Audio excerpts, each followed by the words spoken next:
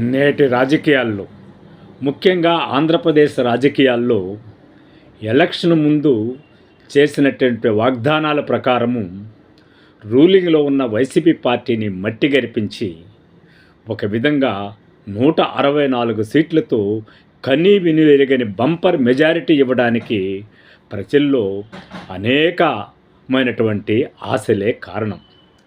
అవతల వైపు గతంలో ఉన్న ప్రభుత్వం ఎన్ని ఉచిత పథకాలు మాట ప్రకారం అమలు చేసినప్పటికీ రాజకీయంగా నాయకులు పోయిన పెడపోకడలకి, మాటలకి, లేనిపోనివి ఊహించుకునే కేసులకి, కక్షపూరిత రాజకీయాలకి పేరు మోసినట్లుగా అటు మీడియా కావచ్చు, రియల్గా నిజంగా కూడా కావచ్చు, భ్రష్టు పట్టిపోయినటువంటి వైసీపీ పార్టీని నిజంగా ప్రజలు భ్రమలతో తిరస్కరించారా, నిజంగా తిరస్కరించారా, అసలు అభివృద్ధి అనేది ఆ కాలంలో జరగలేదో మనకు సరైనటువంటి అంచనాలు లేవు. కానీ ఏదేవైనా ప్రజా తీర్పు ఆమోదయోగ్యమైంది, సర్వశ్రేష్టమైంది కాబట్టి దాన్ని అంగీకరించి మనమందరం ఔదలదాల్చి కూటమి ప్రభుత్వాన్ని ఆహ్వానించాం.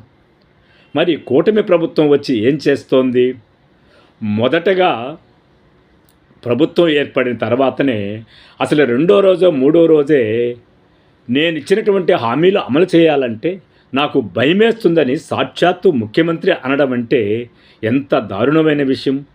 అంటే రాజకీయంగా అన్నేళ్ల అనుభవం ఉన్నటువంటి ఆయన రాష్ట్ర ఆర్థిక పరిస్థితి ఏమాత్రం తెలియకుండా అన్నాడా? నిజానికి ఇంకొక వాగ్దానం, ప్రధానమైనటువంటి వాగ్దానం, వాలంటీర్ అనే వ్యవస్థని దీనికన్నా బలోపేతం చేస్తానని చెప్పి 5,000 బదులు 10,000 ఇస్తానని చెప్పి అసలు వాలంటీర్నే లేకుండా చేయడం అనేది రాజకీయంగా అది వైసీపీ పార్టీకి మేలు చేసిందో రేపు మీకు నష్టం చేస్తుందో తెలియదో కానీ ప్రజలకి, కొందరు ఉద్యోగస్తులకు మీరు ఇచ్చిన మాటని తొంగలో దొక్కినటువంటి రాజకీయం బహుశా ఇలాంటి రాజకీయం ఏ రాష్ట్రంలోనూ జరిగి ఉండదు. సరే, ఒకవైపు హామీలు, ఒకవైపు సాధ్యం కాలేని పరిస్థితులు దృష్టిలో పెట్టుకున్నాడో ఏమో కానీ సీనియర్ నేత, అనుభవజ్ఞుడు, సంపద సృష్టికర్త చంద్రబాబు నాయుడు గారు మొదటగానే తిరుమల విషయము, లడ్డుకు సంబంధించి ఒక తేనెతుట్టెని కదిలించినాడు.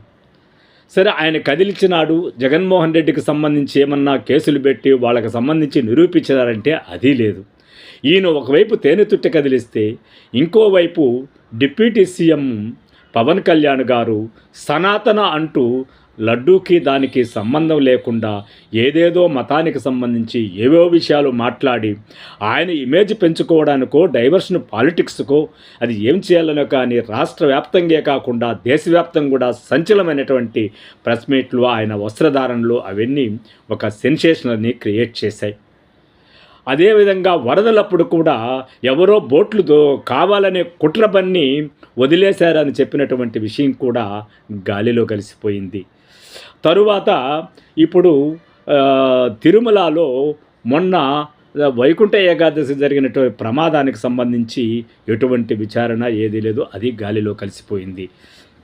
ఇప్పుడు ముఖ్యంగా డిప్యూటీ సీఎంకి ఇంకొక డిప్యూటీ సీఎం చేయాలని, అంటే ఉప ముఖ్యమంత్రిగా చేయాలని లోకేష్కి సంబంధించి అనవసరమైన వాదాన్ని తీసుకొచ్చి దాన్ని ఒక నెలపాటు కొనసాగించి ఇప్పుడు అది ఏమైందో తెలియకుండా చడి చప్పుడు లేకుండా ఉండిపోవడం అనేది రాజకీయంగా వాళ్ళ వ్యూహమా, ప్రజల యొక్క వాగ్దానాలను మళ్లించడమో చిన్నపిల్లవాడిని అడిగినా తెలుస్తుంది. అదేవిధంగా ఇప్పుడు పవన్ కళ్యాణ్ గారు ఉమెన్ ట్రాకింగ్ జరిగిందని చెప్పేసి ఊరువాడ ఏకం చేసి మాట్లాడిన వ్యక్తి, దానికి సంబంధించి ఊసేలేదు. ఇక బియ్యానికి సంబంధించి జరిగినటువంటి ఘోరాలని చెప్పేసి అదేవిధంగా పుంకాలుగా ప్రెస్ మీట్లు మాట్లాడినటువంటి వ్యక్తులు కనీసం దానికి సంబంధించి సీజ్ ద షిప్ అని తప్ప ఏమీ చేయలేకపోయారు.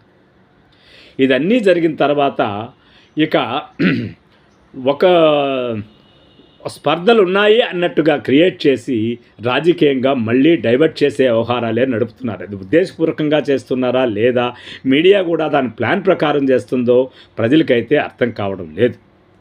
ఇప్పుడు తాజాగా జనసేన పార్టీ తన పార్టీ యొక్క బలోపేతం చేసుకోవడానికి అన్నట్టుగా పీలేరులో సభ పెట్టి ముఖ్యంగా అటు ప్రధాన బాధ్యుడైనటువంటి అధ్యక్షుడు పవన్ కళ్యాణ్ కాకుండా అటు పార్టీలో ఉన్నటువంటి ముఖ్యులు కాకుండా అసలు ఏ అధికారంతోనో ఏ పద్ధతితో మాట్లాడారో తెలియదు కానీ నాగబాబు గారు వరుసగా లిస్టు తీసుకొని వచ్చేసి పీలేరు రామచంద్రారెడ్డి గురించి, వాళ్ళ కుటుంబానికి సంబంధించి, ఆ యొక్క నియోజకవర్గ రాజకీయాల గురించి, అరాచకాల గురించి పాఠం అప్పచెప్పినట్టు నాగబాబు గారు చెప్పారు. మహా అనుభవజ్ఞుడైనటువంటి చంద్రబాబు నాయుడు గారే ఏ చర్యలు తీసుకోకుండా, ఏ విషయం చేయకుండా నానుస్తున్నటువంటి రాజకీయ వ్యవహారాలు ఎన్నో ఉన్నప్పుడు నాగబాబు గారు చెప్పినటువంటి మాటలకు ఆయన జనసేన బాధ్యుడే కావచ్చు. ఆయన ఇచ్చిన లిస్టు కూడా నిజమో అబద్ధమో తర్వాత తేలుతుంది.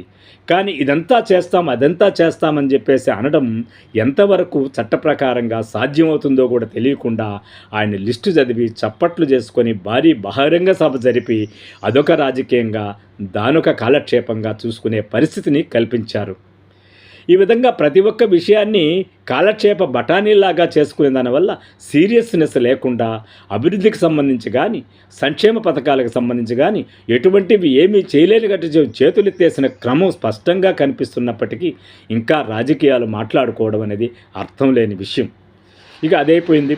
విజయసాయిరెడ్డి గురించి ఎత్తుకోవడం అంటే దాని నుంచి మళ్ళీ బద్నాం చేయడము. నిజంగా ఏదన్నా ఉంటే సాక్ష్యాధారాలతో సహా దానికి సంబంధించి చేయాలి. రెడ్ బుక్ అంటారు. రెడ్ బుక్ సంబంధించి అందరినీ లిస్టులో పెడతానన్నారు. లిస్టులోకి రాని వాళ్ళు చాలామంది ఉన్నారు. బహుశా 7 నెలలే మనం అది చేయాలని కాదు, మీరు చెప్పిన దాన్ని చేస్తే ఇంకొక భయం కూడా మీకుంది. వాళ్ళు కక్షపూరిత రాజకీయాలు చేసిన దానివల్లనే వాళ్ళ ప్రజలు ఓడించారు. రేపు మనం కక్షపూరిత రాజకీయాలు చేస్తే మనలో మాత్రం ప్రజలు గౌరవిస్తారా, మన్నిస్తారా? అటువైపు 40% ఓటు శాతం ఉన్నటువంటి వాళ్ళ మీద మనం ప్రతీకార ధోరణికి పోతే రేపు ఎలా ఉంటుందని ఒక భయం కూడా కారణంగా ఉంటుంది. రెడ్ బుక్ అనేది ఒక బూచి తప్ప దానికి సంబంధించి సాక్ష్యాధారాలతో చేసేది కూడా ఏమీ లేదు. ఎందుకంటే ఎన్నికల్లో ఒక ప్రచార సభల్లో ఇచ్చినటువంటి వాగ్దానాల కింద వెళ్ళిపోయింది తప్ప రెడ్ బుక్ అనేది అసలు రాజ్యాంగంగానే ఆ పదమే విరుద్ధమైనటువంటి పదం. అయినా కూడా ఒక చలామణి మాయావాదాన్ని అటు మీడియా కూటమి వైపు ఉండటం వల్ల వాళ్ళు ఏమి చేసినా సక్సెస్ఫుల్గా నడిచిపోయే పరిస్థితి అయితే ఇప్పటి వరకు జరుగుతూ ఉంది. మరి ఇలాగే జరుగుతుందా? ప్రజలు దీన్ని నమ్ముతారా? ఈ కాలయాపనని అర్థం చేసుకుంటారా?